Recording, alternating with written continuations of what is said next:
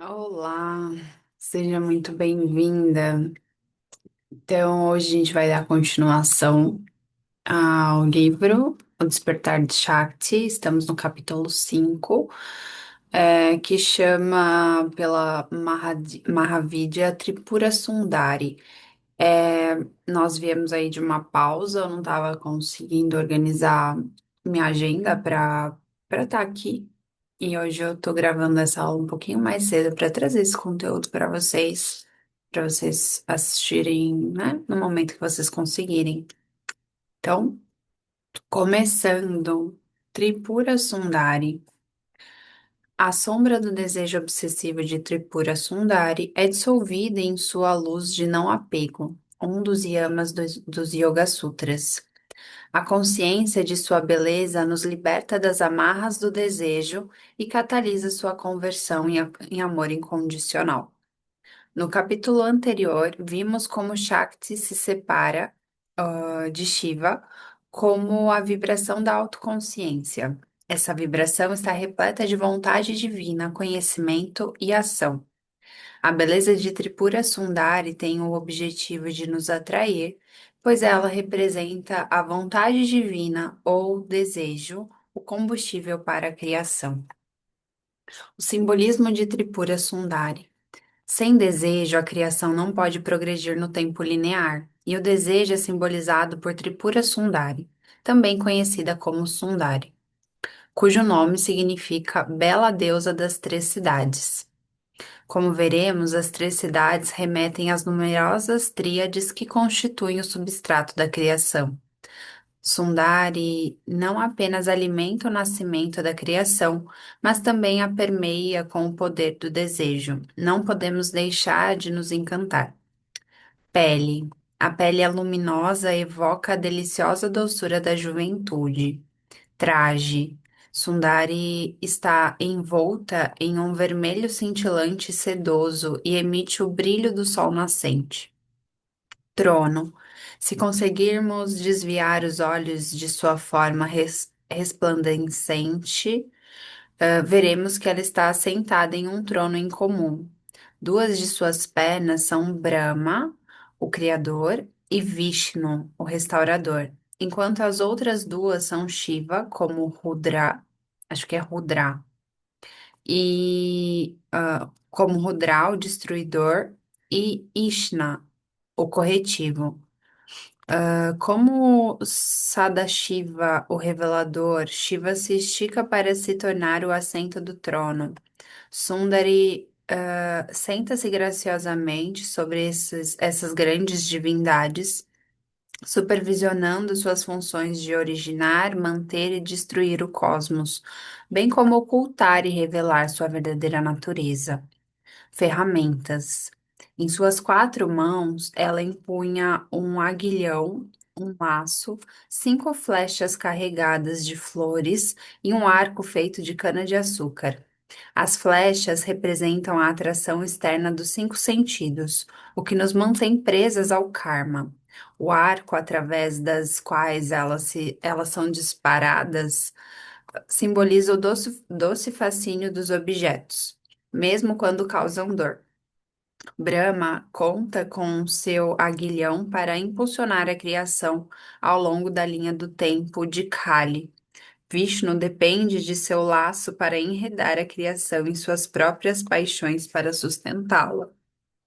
É bem abstrato isso, né? Às vezes até um pouco desafiador assim da gente compreender o que tem por trás desse simbolismo. Mas vamos lá. Expressão. Cada vez que um de seus olhos hipnotizantes pisca, ela apresenta de forma divertida uma nova onda de criação e se infunde nela. Sundari Shiva. Tendo persuadido Shiva a assumir três formas, Sundari o induz a esconder a verdadeira natureza da criação como Ishna.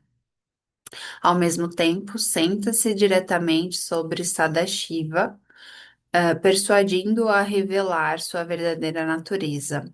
Sundari roga com afeição para que ele se manifeste como Rudra, para destruir a ilusão de seu encanto e revelar seu amor insuperável. Sua presença. Sua forma efervescente e irresistível brilha em todas as tríades da criação. Ao mesmo tempo, ela permanece separada de tudo enquanto se senta imóvel sobre seu amado Shiva. Hipnotiza a criação com sua beleza, ao mesmo tempo em que decide alegremente seu curso. Exercício contemplando Sundari. Sinta a presença de Sundari e sua beleza requintada. Isso induz ao desejo de possuí-la? Existem situações e pessoas em sua vida que são tão bonitas que você é levada a possuí-las? Você consegue separar o sentimento de desejo da circunstância ou pessoa e sentir sua energia? Então, esse é o exercício. O papel de Sundari na criação. A criação começa com a vontade divina de expansão. A vontade é impulsionada pelo desejo e catalisa em ação pelo conhecimento divino do complexo funcionamento das várias partes que compõem o todo e como o todo é afetado por cada uma delas. Vontade, conhecimento e ação se manifestam através de três qualidades conhecidas como gunas. Sattva é inteligência, clareza e grandiosidade. Tamas é o peso, é o peso e inércia e a estrutura física da matéria. Rajas é o movimento e o dinamismo da mudança, crescimento e evolução. Todas as formas surgem dos três gunas, que manifestam suas propriedades únicas, combinando-se de várias maneiras para formar os cinco grandes elementos, que foi explicado, né, no capítulo 4. O espaço é sátvico em sua clareza. O ar é sátivico em sua leveza e rajásico em sua capacidade de se mover. O fogo é sátvico em sua capacidade de queimar tudo sem apego e rajásico em seu dinamismo. A água é sátvica em sua clareza, rajásica em seu poder de movimento e tamásica em seu peso. A terra é tamásica em seu peso. Os elementos se combinam para formar os três doshas, responsáveis pela estrutura e funcionamento do macrocosmo e do microcosmo. Aí tem aqui uma figura 2, eu vou tentar mostrar para vocês, vamos ver se funciona. É, Doshas conduzem nossa expectativa de vida, os ciclos do dia e da noite e os ciclos sazonais, além das alterações neurológicas e hormonais que impulsionam nossos hábitos, nossa saúde, nosso comportamento. Deixa eu ver aqui como é que eu faço. Peraí. Então, vou tentar. Vai dar para ver. Olha, deu. Então, é disso daqui que ele tá falando. Depois eu posso mandar uma foto para vocês, me peçam. Então, aqui é meio que um esquema dos três gunas, dando origem aos elementos, né, aos cinco elementos, e que eles vão se combinando e para formar os doshas. Então, acho que deu para ver, mas depois eu mando para vocês, me peçam. Espaço e ar se combinam para formar vata, o princípio da secura e frieza. Vata reage, Vata rege o movimento, sendo responsável pela passagem dos alimentos pelo trato digestivo, do sangue pelo coração, do ar pelos pulmões, dos micronutrientes pelas membranas celulares e pelo movimento dos pensamentos e das emoções. Na natureza, Vata governa todas as forças responsáveis pela mudança e pelo crescimento. Suas estações são outono e inverno. Fogo e água se misturam para formar Pita, o princípio da umidade e do calor. Pita regula a transformação. Pita governa o metabolismo, regulando as enzimas que decompõem os alimentos em nutrientes e os digerem no nível celular. Também rege a maneira como processamos as percepções dos sentidos, paladar, olfato, visão, audição e tato, e as experiências de vida. Na natureza, é responsável pela transformação de uma forma em outra e pelo envelhecimento. Sua estação é o verão. Água e terra se combinam para formar capa. O princípio de umidade e do peso que reina sobre a estrutura e a estabilidade. Capa regula a estrutura das células, tecidos e órgãos e mantém o elemento água dentro das estruturas corporais, como secreções e lubrificação das articulações. Na natureza, a capa governa a estrutura de todas as formas. Sua estação é a primavera. Gente, vou dar uma dica aqui. Tem um aplicativo e essa parte do aplicativo é gratuita, várias outras coisas não. Tem algumas coisas gratuitas lá também, que chama Namá. Então é Namah, Namá. É da Carol Rashi. E aí, dentro desse aplicativo, peraí que eu vou beber água. Dentro desse aplicativo tem um quiz que vocês podem responder para vocês identificarem com quais doshas vocês se não é se identificam mais, mas que eles têm mais em você, né? Que tem é, qual é a sua composição de doshas, digamos assim, no seu corpo. E cada um vai ter um. Então, nós temos os três. Mas você pode ter em proporções diferentes, digamos assim. E aí isso ajuda a gente a melhorar a nossa alimentação, a estar mais consciente das coisas que a gente precisa fazer para ficar bem. Então, isso é bem legal, é do Ayurveda. Então, se vocês quiserem, baixa o aplicativo e aí dá uma. Responde o quiz e aí olha. Só para vocês terem, né, esse. Ai, meu Deus, peraí, gente. Quase que eu engasguei aqui. É só para vocês terem mesmo esse conhecimento, e aí, se eu não me engano, eles até emitem tipo um PDFzinho mesmo para vocês entenderem do que se trata aquilo e como aquilo realmente funciona dentro do seu corpo. E aí eles vão trazer algumas características, e aí pode fazer sentido ou não, tá? Mas como eu não tenho um conhecimento tão aprofundado do Ayurveda e eu prefiro nem, né, como é que eu posso dizer? Ah, ai, falar muito sobre, né? Discorrer sobre, é, lembrei disso e aí tô comentando com vocês agora. E aí depois a gente, se vocês quiserem, a gente conversa sobre também. E aí eu vou pesquisando e vou trazendo isso para vocês também de alguma forma. Então, continuando. Tripura, as três cidades. As três cidades referem-se às tríades que caracterizam tudo na criação. Se tomarmos o exemplo da evolução, Vata move as forças da mudança. Pita transforma uma forma em outra e Kapha, perdão, estabiliza a mudança. Observe que gunas e doshas ocorrem em trios. Se os trios de gunas e doshas permanecerem nas proporções inerentes ao objeto, há harmonia. O desequilíbrio acarreta desarmonia e doença. Gunas e doshas determinam o estado do universo, bem como nossa resposta à vida a cada instante. Gunas e doshas são apenas dois elementos dessas tríades. A tríade de qualidades que definem Shiva Shakti são Sati, eterno, Chiti, consciência, e Ananda, felicidade, que se projetam nos estados de vigília, estado de sonho e sono profundo. Em tudo que você vivencia, existe a tríade de você enquanto experienciador, o objeto experienciado e o ato de vivenciar. Como vimos, a própria criação surge da tríade de vontade divina, conhecimento e ação. A criação é feita de tríades e Sundari governa todas elas.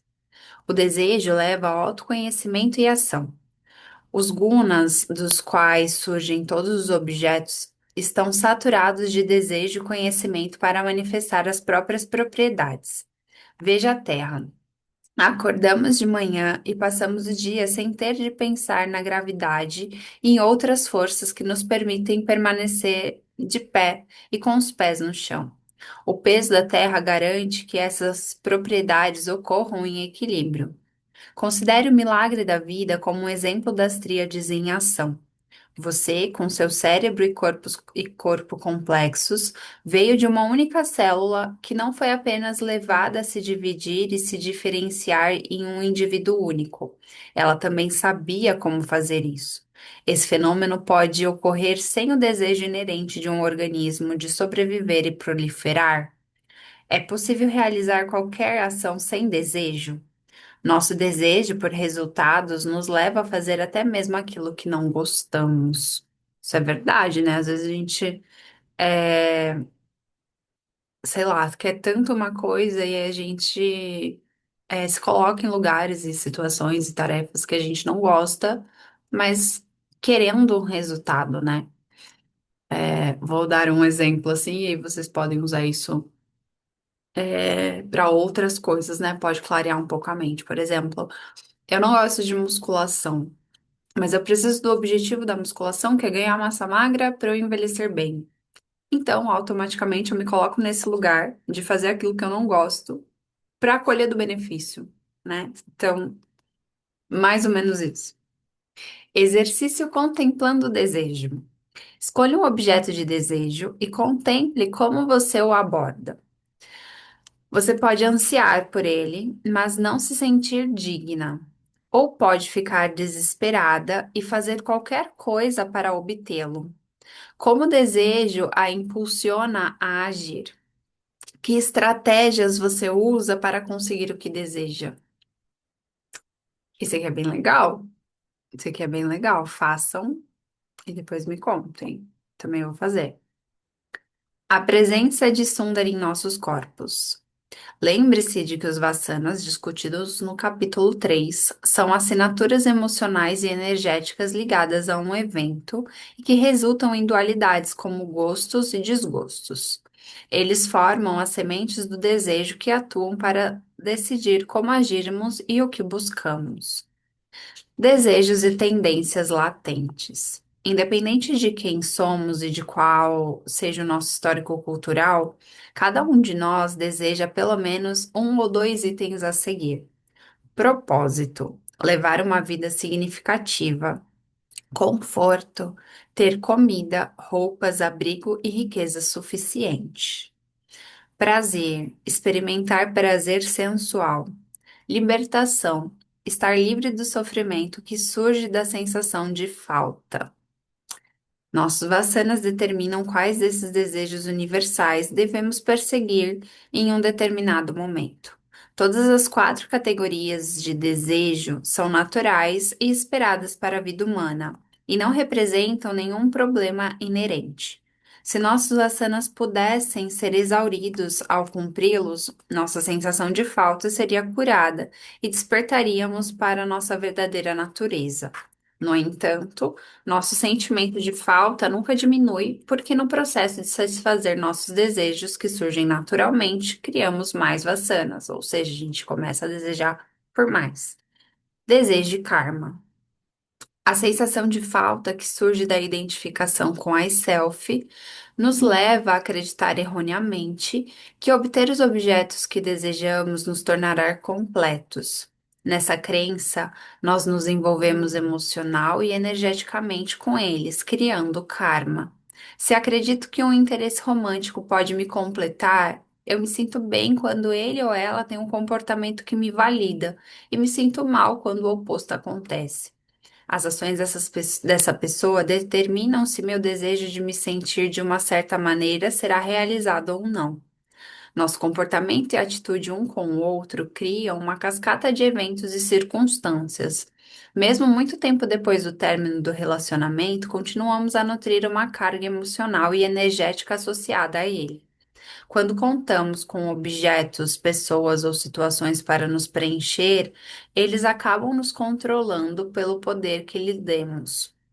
Isso ocorre porque nossos sentidos tendem a ser voltados para fora, como simbolizado pelas flechas de Sundari carregadas de flores, que nos mantêm presas ao karma. O arco de cana que atira as flechas se refere ao doce fascínio desses desejos criadores de karma, mesmo quando nos causam dor. As histórias de injustiças passadas podem continuar em nossa mente por dias, semanas e meses, às vezes até anos. Podemos obter uma satisfação paradoxal por sermos miseráveis, porque a infelicidade valida a nossa sensação de falta. Os vassanas movidos pelo desejo residem no corpo causal e velam nossa verdadeira natureza. Eles criam obstruções energéticas no corpo sutil, que determinam como interpretamos o mundo, o que, por sua vez, determina como realizamos nossos desejos. Essas obstruções conhecidas como grantes ou, essas obstruções conhecidas como grantes ou nós ocorrem em três locais principais ao longo da coluna vertebral. Eles recebem o nome da tríade de divindades que criam, que criam, preservam e destroem o cosmos. No corpo sutil, esses grandes se referem às questões que criam, preservam e destroem o I Self. Umbigo, Brahma Granthi. Granthi do umbigo representa os três chakras inferiores, básico, sacral e umbilical, e recebe o nome de Brahma, o Criador. É nesse ponto que nossos desejos de sobrevivência, prazer sensorial, poder, fama, dominação e ambição estão alojados. Eles surgem das histórias que adquirimos de nossos cuidadores no início da vida e que criam nossa identificação com a self. Giram em torno do que precisamos fazer ou conquistar para nos sentirmos dignas e validadas. Os desejos universais de propósito, conforto e prazer, giram em torno do que precisamos fazer ou conquistar para nos sentirmos dignas e validadas. Os desejos universais de propósito, conforto e prazer. A obstrução energética ou um nó nessa área resulta em apego, insegurança, medo, esperança e dúvidas, todos responsáveis pela origem da sensação de ser alguém limitado, o I self. Coração, Vishnu Granthi.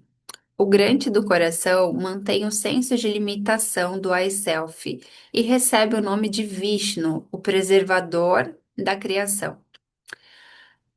No constante cabo de guerra entre a atração e a aversão em nossas experiências de vida, a sensação de falta e separação é, com frequência, ressuscitada nessa área.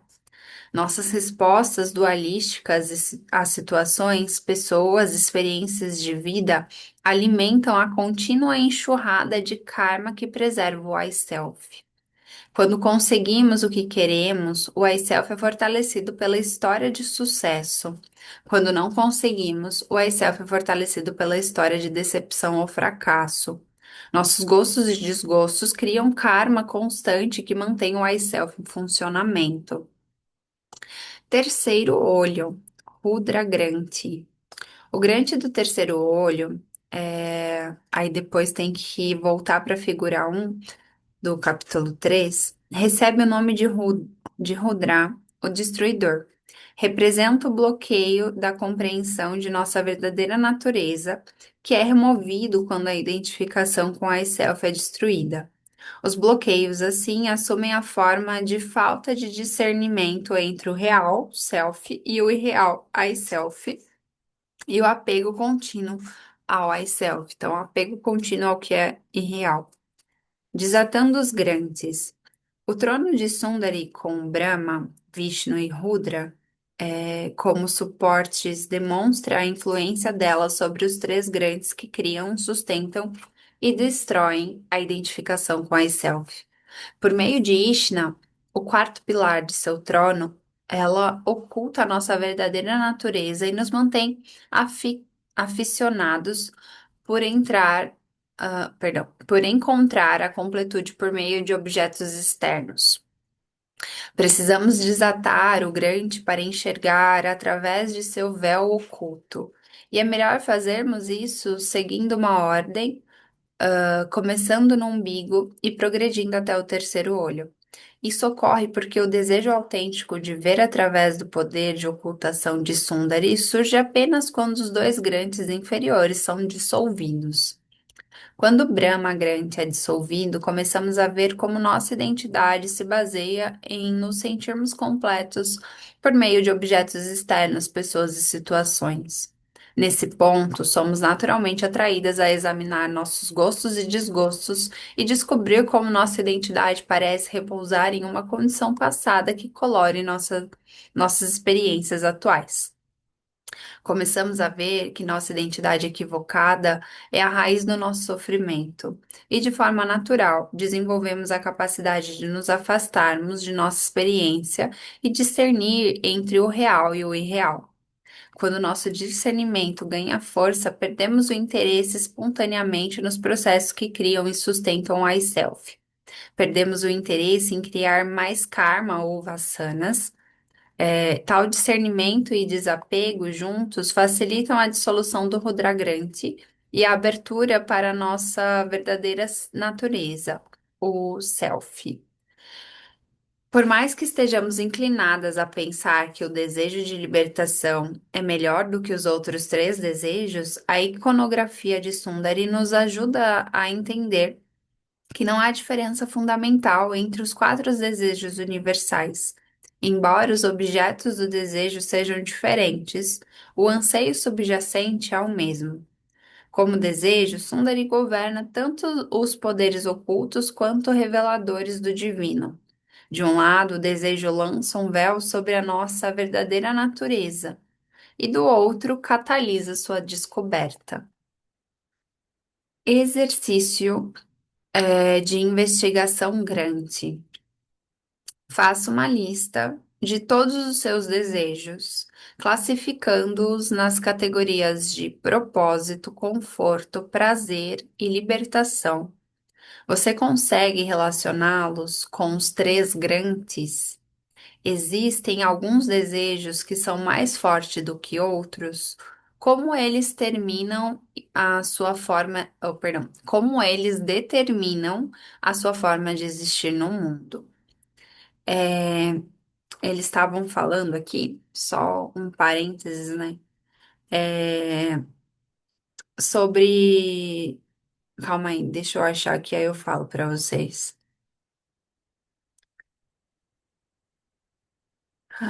Cadê? Tá. Então, aqui ela fala de Brahmagrante, né? Quando é dissolvido e tal. E como a gente se baseia, né? Baseia a nossa identidade em se sentir completo com as coisas que a gente possui, com as coisas que a gente tem.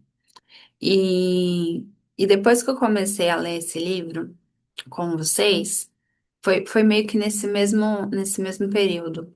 Eu mudei o meu mantra no final da aula, porque isso me fez repensar no que a gente já tem e em como é nos sentir felizes, né? Que é o Ananda, que ela comenta aqui logo no comecinho. Então ela comenta, né, que a tríade, que a qualidade lá, as qualidades que definem Shiva Shakti, que é eterno, consciência e felicidade, que é Ananda em sânscrito, para a gente ser feliz, né, que é o que eu coloco, não precisa ter esforço, né, que é um estado natural nosso, e que a gente é, condiciona a felicidade com ter, né? Com, ai, só vou ser feliz, sei lá, se eu tiver uma casa, se eu tiver um carro. Quando na realidade não, né? É um estado interno e que realmente vem desse lugar de você parar de procurar fora das coisas fora e começar a procurar dentro. Então, eu vejo que é uma coisa assim, né? Um complemento do que ela trouxe aqui para vocês se observarem também nesse sentido. As sombras de Sundari, obsessão e confusão. Lembre-se de uma ocasião em que você se apaixonou com tanta intensidade que não conseguia dormir à noite. Qual era seu maior desejo? É provável que sua mente tenha sido dominada por pensamentos sobre a pessoa amada. recordando-se de algo que ele ou ela disse ou fez e desejando ver essa pessoa de novo. Pode-se dizer que era uma obsessão e que você não conseguia enxergar nenhum defeito na pessoa. O desejo pelo ser amado criou uma espécie de cegueira. A obsessão é o resultado do desejo ardente no corpo sutil, e ela obscurece nossa percepção e discernimento. Podemos querer tanto um objeto de desejo que perdemos nossa capacidade momentânea de ver que ele nunca nos satisfará de forma permanente. Isso é válido para pessoas, e isso é válido para coisas também, objetos. A espiral descendente do desejo. O desejo guia a forma de agir. Quando queremos algo desesperadamente, somos capazes de fazer qualquer coisa para obtê-los. Isso aqui é muito ariano, gente. Li essa primeira frase aqui e já me identifiquei. O conhecimento do que precisamos fazer para satisfazer nossos desejos surge da experiência passada e se baseia em aspirações futuras. No exemplo acima, nosso desejo de estar com a pessoa amada leva ao conhecimento de como, onde, quando e sob que circunstâncias podemos dar o próximo passo em nosso relacionamento. Essa abordagem apaixonada ou proativa é altamente valorizada em nossa cultura como a chave para o sucesso. A paixão pode levar a uma ação intencional e até mesmo nos dar o resultado desejado, mas nos mantém emocionalmente ligadas às nossas ações. No exemplo acima, se nossos avanços forem recíprocos, nos sentimos validadas. Caso contrário, podemos nos sentir zangadas, magoadas ou traídas. Ambos os resultados fortalecem nossa identificação com a self. Nossos desejos, portanto, nos enredam no laço do sofrimento de Sundari. A diversão do desejo. Sundari representa tanto a imanência quanto a transcendência de Shiva Shakti na criação. Ela esconde de forma voluntária sua verdadeira forma para se tornar limitada como o I Self, pelo poder da própria sombra.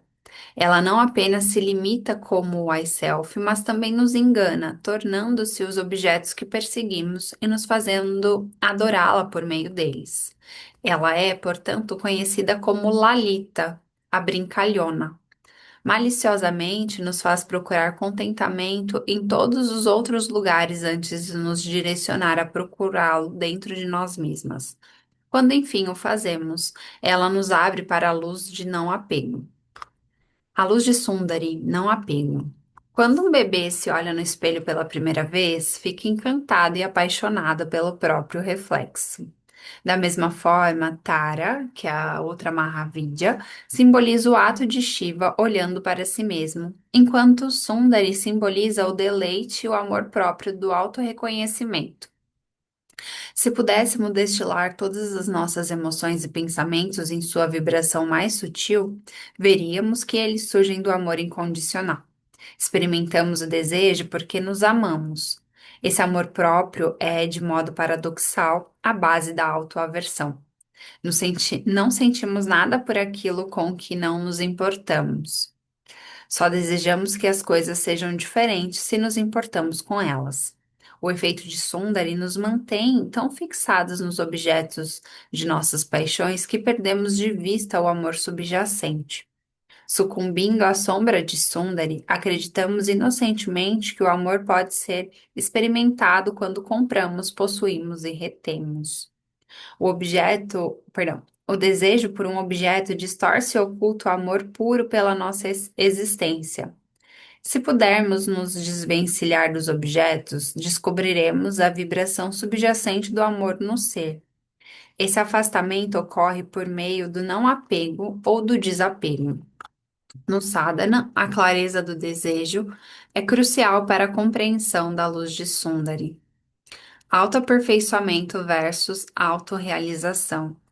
Desejos de propósito, conforto e prazer se baseiam em melhorar o I-self e curar seu sentimento inerente de falta.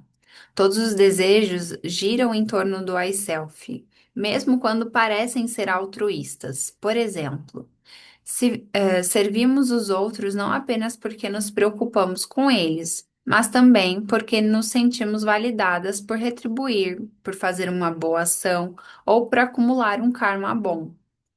O desejo de libertação ou autorrealização também gira em torno do I self, com um desejo de que o eu seja livre. No entanto, a autorrealização não é para o I self.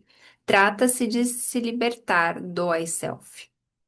Então, a autorrealização não é para o I self, e sim se libertar do I self, se libertar dele. A sombra de Sundari nos induz a confundir o desejo de autoaperfeiçoamento com o de libertação. A identificação com o I-self limitado costuma ser tão avassaladora que o desejo de melhorá-lo ofusca o desejo de se livrar dele. Ser honesta quanto ao desejo. O sadhana de Sundari exige auto-honestidade absoluta. Podemos parar de fingir que queremos uma coisa quando desejamos outra. Com auto-honestidade, é possível reconhecer livremente nossos desejos mais profundos, que podem ser tão simples quanto querer ser respeitada ou ganhar dinheiro. O reconhecimento é poderoso. Se ganhar dinheiro é meu verdadeiro desejo, mas busco a libertação espiritual com base no que outra pessoa disse que deveria ser meu desejo, sou vítima da sombra de auto-engano de Tara, bem como da sombra de confusão de Sundari. Quando somos honestas em relação aos nossos desejos, a luz da verdade de Tara nos abre para as oportunidades de realizá-lo. Quando nosso desejo não é claro, nossas ações perdem sua potência. Sem clareza, podemos continuar a busca, sem clareza, podemos continuar a buscar autorrealização quando queremos o autoaperfeiçoamento, sem conseguir nenhum dos dois e nos afundando ainda mais no sofrimento. Porém, se pudermos deixar de lado agendas conflitantes e achar uma utilidade para o desejo, nossa energia pode ser reunida em uma concentração unifocalizada. Assim que aceitarmos de todo o coração o nosso desejo autêntico, o conhecimento necessário para aplicar nossas habilidades ficará claro, estimulando-nos à ação correta. Esse é o segredo para manifestar nossos desejos. Satisfazer o desejo sem criar karma. Quando agimos da maneira correta, realizamos o desejo sem criar mais karma, porque não estamos perpetuando os vassanas que alimentam seus ciclos. Ao assumir total responsabilidade por nossas respostas emocionais e fisiológicas em relação aos nossos desejos, nós os realizamos sem qualquer resíduo kármico. Isso implica entender que nossas respostas são apenas o resultado de nosso condicionamento passado, que determina como nosso corpo sutil processa o mundo. Nesse momento de operação, posso desejar um relacionamento, mas absolvo a outra pessoa da responsabilidade de me fazer sentir bem. Desfruto plenamente o relacionamento, sem expectativas ou arrependimentos, permitindo-lhe seguir seu curso natural. Por meio da vigilância e da contemplação, paramos de fazer com que nossa alegria ou dor dependa do mundo. E se pudermos satisfazer desejos materialistas sem criar karma negativo, um desejo genuíno de libertação surge de forma espontânea. Bhakti Yoga, usando o desejo como combustível para o despertar. Quando se trata de sadhana, a clareza no desejo é mais favorável ao progresso do que a dificuldade para querer outra coisa. A natureza desse caminho é que nosso desejo se torne cada vez mais aberto, espaçoso ou sátvico em qualidade. Assim, acabaremos por descobrir que não estamos mais praticando para chegar a algum lugar, estamos saboreando o próprio caminho. O desejo, cadê? O desejo pode ser usado como combustível para essa transformação e é conhecido como Bhakti. Bhakti é a devoção como a de uma mãe por seu filho ou de um amante pela pessoa amada. e surge de um intenso desejo de se unir com a outra pessoa. O caminho das Mahavidyas é de natureza devocional, em que desejamos nos tornar um com a divindade e nos identificar com ela. O profundo simbolismo das divindades é particularmente condutivo para o cultivo de Bhakti. Podemos pensar em nossa divindade favorita com frequência, aprendendo a vê-la atuar em nossa mente e no mundo. Podemos aprender a enxergar que ela é a realizadora de tudo na criação e oferecer com amor todos os nossos desejos a ela. Quando o desejo é transmutado em Bhakti, o laço de Sundari se transforma na força vinculante do amor. Bhakti nos abre para a beleza da criação, na qual aprendemos a adorar sem desejar adquirir ou possuir seus objetos. Percepção consciente do ser. À medida que nosso sadhana continua, as flechas de Sundari retornam à sua aljava e nossa atenção se volta para a percepção consciente em que os sentidos surgem. Isso acontece quando começamos a nos dar conta de que nunca experimentamos um objeto sensorial. Por exemplo, quando olhamos para uma árvore, experimentamos apenas a faculdade da visão, que surge na percepção consciente. E quando sentimos sua casca com as mãos, experimentamos apenas a faculdade do tato, que também surge na percepção consciente. Essa é uma mudança significativa em nosso sadhana, porque os objetos externos perdem seu apelo anterior. À luz do apego de Sundari, perdão, a luz do não apego de Sundari começa a despontar. Com o auxílio da luz de Sundari, nossas percepções sensoriais tornam-se cada vez mais refinadas.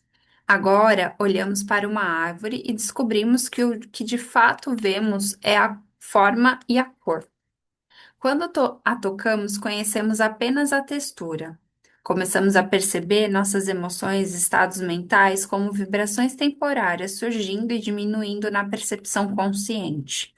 Mesmo que nossos pensamentos, emoções e percepções sensoriais venham em vários sabores, a percepção consciente em que eles surgem permanece intocada e inalterada. Chegamos a ver que, embora Sundari se infunda em tudo o que cria, permanece ao mesmo tempo intocada e inalterada, sentando-se sobre Sadashiva, o poder revelador do divino. À medida que sua luz se derrama, percebemos que essa percepção consciente e imutável é quem realmente somos, na qual até mesmo o I Self surge e desaparece. O paradoxo do sadhana é que tanto o desejo apaixonado quanto o não apego são necessários para o progresso. Sem um desejo apaixonado de liberação, não seríamos motivados a investigar nossa verdadeira natureza. Ao mesmo tempo, é impossível investigar sem o desapego ou desprendimento dos objetos. O que precisamos, então, é de Bhakti para a percepção consciente e não apego a tudo que surge a partir dela. Esse paradoxo é o que faz de Sundari a figura central das Mahavidyas. Ela é a força motriz do sofrimento e da libertação. Então, deixa eu só ver aqui. Ai, tá acabando. Então, nós vamos para os exercícios, do final do capítulo.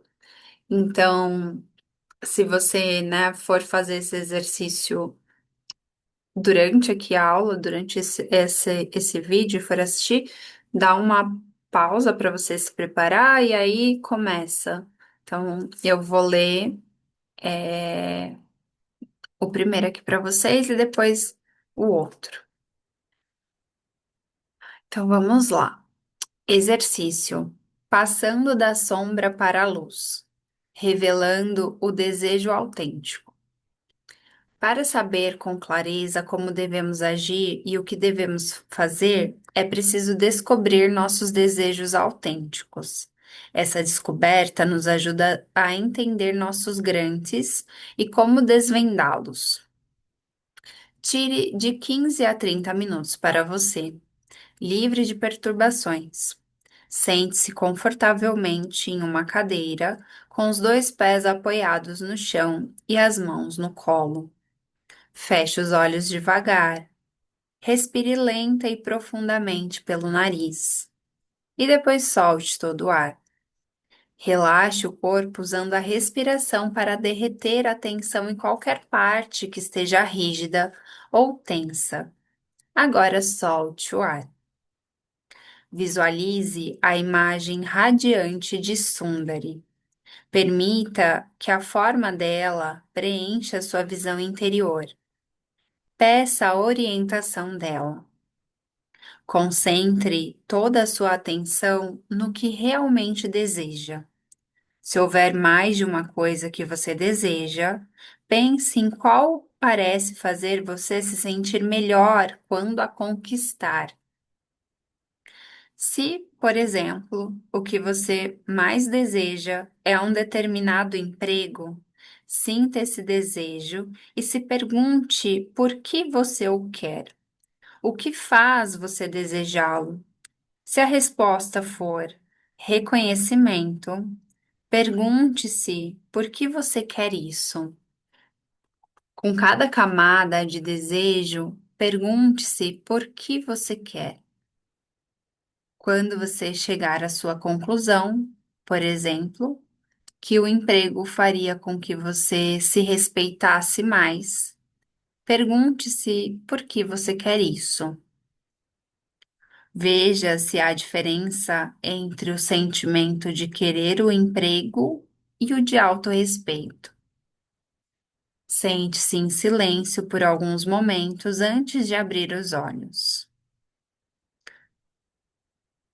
Ao longo do dia, observe seus gostos e desgostos e faça uma pausa para ver de onde eles vêm. Quando você não gosta de algo ou alguém, pode se pegar desejando que essa pessoa seja diferente. A sensação difere do desejo de autorrespeito, ou o que quer que tenha surgido no exercício acima. Perdão, era uma pergunta. A sensação difere do desejo de autorrespeito, ou o que quer que tenha surgido no exercício acima? O que seus gostos de desgostos dizem sobre o que você realmente deseja? Então, finalizou esse segundo trecho, né? Depois que a gente fala de abrir os olhos, é uma percepção para você criar ao longo do seu dia, né? Um exercício de consciência mesmo e de observação diário, digamos assim. Então, segundo exercício, mesma coisa, se precisar, pausa o vídeo. Antes, né? Faz o exercício e depois volta para o segundo. Investigação não dual sobre o papel de Sundari na criação, desejo. Neste exercício, investigaremos o sentimento de desejo na experiência direta. Tire de 15 a 30 minutos para você, livre de perturbações. Comece com um exercício para abrir o coração, no capítulo 2. Então, só lembrando que eu já gravei esse para abrir o coração para vocês e que vocês têm isso disponível para vocês lá no na nossa biblioteca de meditações. Então, agora sim, começando o exercício de investigação. Concentre-se na única coisa que você mais deseja. Pense ou visualize o objeto, coisa, pessoa ou situação da forma mais vívida possível. Observe as sensações que surgem em seu corpo ao pensar no desejo no objeto de seu desejo. Onde estão localizadas essas sensações? Como elas são? Permita que o pensamento do objeto desapareça, mas mantenha sua atenção na sensação até que ela desapareça. Pense novamente no objeto e preste atenção na sensação à medida que ela surge. Onde está o pensamento do objeto quando surge a sensação? Quando a sensação surge, de onde vem? Quando ela diminui, para onde vai? Pense novamente no objeto e observe a sensação à medida que ela surge. A sensação vem pré-rotulada como pertencente ao objeto. Faça isso com cada um dos desejos que descobriu, ao fazer os exercícios deste capítulo. Observe se as sensações são diferentes a cada desejo. Nesta investigação, vemos que o pensamento de um objeto surge primeiro, seguido por uma sensação no corpo. Pode parecer um movimento, peso ou uma espécie de puxão na área do coração. No momento em que a sensação surge, o pensamento do objeto se foi. Surge uma afirmação pensamento que liga o pensamento desejo com a sensação. A afirmação pensamento une tudo de modo conclusivo, com pensamentos como: esse carro faz meu coração ansiar por ele. Na realidade, a sensação surge de forma independente. Se observarmos de perto, a sensação de desejo é a mesma, independentemente do objeto. E aí finaliza esse segundo exercício, que também é bem legal. Compreendendo Sundari, para finalizar esse capítulo. O processo de revelar o desejo autêntico pode levar tempo e muitas vezes acontece em etapas. Prosseguimos com toda a honestidade e boa vontade de que somos capazes em todas as fases. À medida que a luz de Sundari começa a nascer, ela revela nossas sombras e pontos cegos. Quando trabalhamos essas questões, nossos grandes são progressivamente desfeitos até que nossos desejos de autoaperfeiçoamento desapareçam, dando lugar ao desejo de autorrealização. O caminho que vai da obsessão e confusão até a liberdade do não apego nos leva da atenção ao objeto de desejo à natureza do próprio desejo. E vemos que Sundari reside em nosso interior, desejando, conhecendo e agindo como nós. Sua luz de desapego nos liberta das amarras do desejo e catalisa sua conversão em amor incondicional. Então, fechamos mais um capítulo. Espero que vocês tenham gostado. Eu confesso que gostei bastante. Eu não conhecia essa Mahavidi, essa deusa. E, enfim. Vou fazer esses exercícios aqui. E aí, se vocês fizerem também, depois me contem. Vou amar compartilhar com vocês. Então é isso. Um beijinho e até o próximo encontro.